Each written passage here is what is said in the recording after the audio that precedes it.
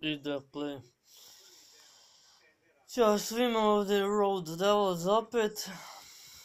Danas sam dobio nešto kao veoma čudnu poslasticu, nešto kao Today Snowball, u prevodu grudva.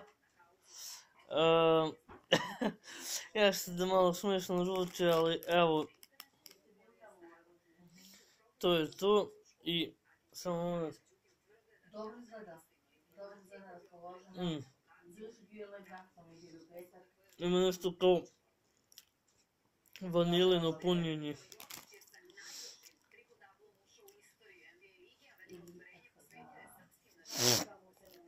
Vanilino punjenje.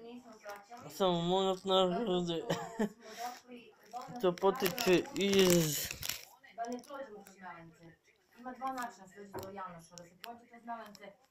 Posle smo kod njega dugo ostali.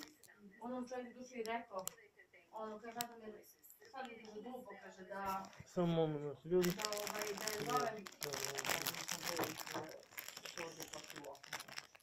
Nemam cigarne. Nisam puštala na 8 dana. Sad kad sam išla razmišljala sam da kupim, da ne kupim za to, ne znam da li mogu bez njih. Ja sam mogla pući.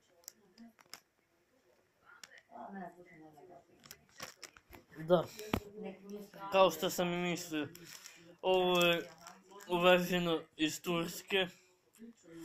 Ja pričam na YouTube. Ovo je uveženo dakle iz Turske.